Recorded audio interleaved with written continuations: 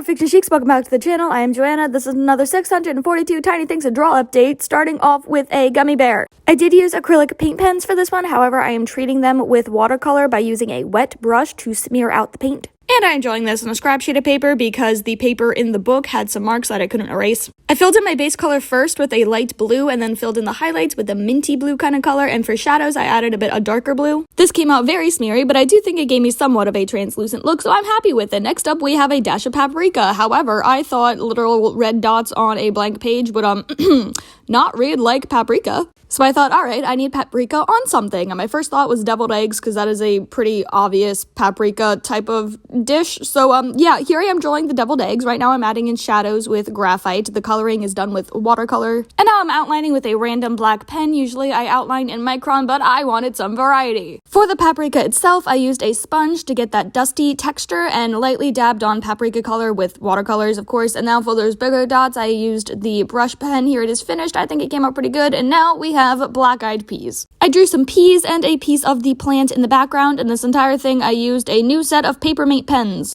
I got these pens for journaling, but you know, why not use them for drawing as well? They're bright colors and spice up my media, right? Anyway, I used colored pencil on top of the pen in some places to color match a little better. However, it didn't seem to make much of a difference, but you know, I tried. And now I'm coloring in the plant, and I really tried to color in the leaves in the direction that the leaf was going, which was more difficult than it should have been. Anyway, I'm using a dark green pen for shading and the veins of the leaves. I didn't record it, but I did use acrylic paint pen to add a little bit of highlight to the leaves and the beans, and I used colored pencil to color in the background, and it's not great, but I do think it's cute. So now we have saffron, which is actually the center of a flower. I didn't realize that. The prompt said thread, so I was thinking fabric, but nope, flower. I wanted to use watercolor for this because I can get more vibrant colors and greater depth with watercolor. However, there's watercolor on the other side of this page, and I didn't want the water to bleed through and fuck up the other drawing. So, colored pencil it is. Here I am doing my best to shade the petals with Artist Love colored pencils, and it didn't come out as dark or saturated as I would have liked. The bulk of this drawing is done with colored pencils, but I did add a little bit of Papermate pen and acrylic paint pen to add details, and here it is finished. It's not my best work. We're gonna skip ahead and go to a rifle bullet. I've been centering a lot of these drawings, so I thought putting half a bullet on either end of the page would make for a more interesting layout and give me a little bit of variety, but later into the drawing I realized, nope, this looks really blank and empty, so I filled in the empty space in the center with another bullet. I just really quickly sketched it in. I colored this all in with different shades of copper and yellow and a bit of silver watercolor, and I used the shiny watercolors because metallic things are shiny, and then I outlined it with Micron, and I last minute sketched in this third bullet with Micron as well, and then colored that in with acrylic paint pen. And moving on, we have poker chips. Again, scrap paper because the page in the book had marks on it, but this is great because now I can use alcohol markers without fucking up the drawing on the other side of the page. So yeah, here I have a stack of poker chips, and I used paler versions of poker chip colors because, I don't know, I thought that was a cute color combo.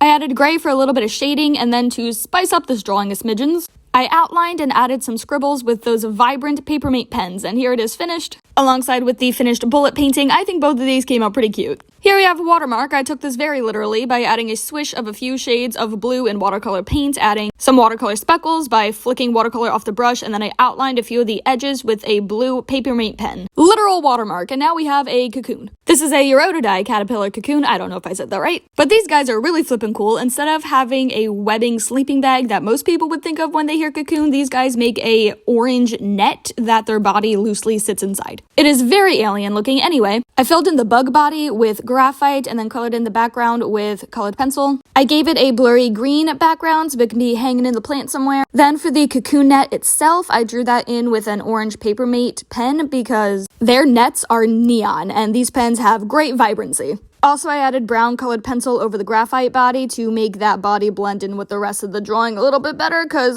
graphite against colored pencil is quite a stark contrast.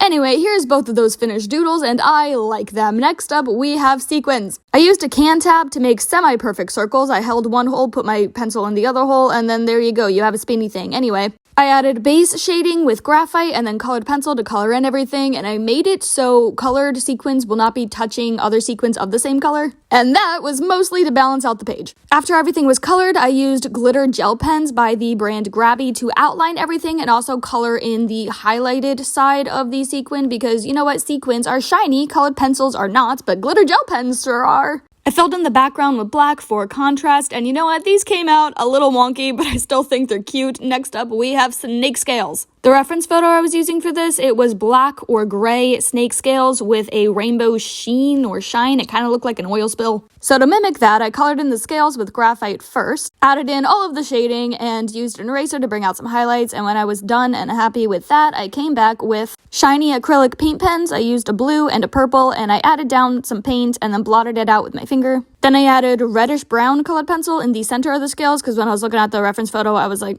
these have more color than I thought they did. Then I used a white acrylic paint pen to get a greater highlight, and then I called it done. And these came out very cartoonish, but I still like it. Next up, we have a tuning peg on a mandolin. And this one came out even more cartoonish because I didn't know how to approach it. So I have the tuning pegs on the edge of the instrument, and I colored those in with graphite, and then I colored in the instrument with a rainbow colored pencil that goes in and out of shades of yellow and brown because, I don't know, funsies. I used a silver paint pen on the tuning pegs for a highlight, and then added some dots and music notes in the background just to jazz up the doodle a little bit, and then I called it done. No, I outlined it in Micron, and then I called it done. Here it is finished. That is the end of this update. Thank you so much for watching. If you want to see more of me, click the link in the description box, and I'll see you in the next video. Bye!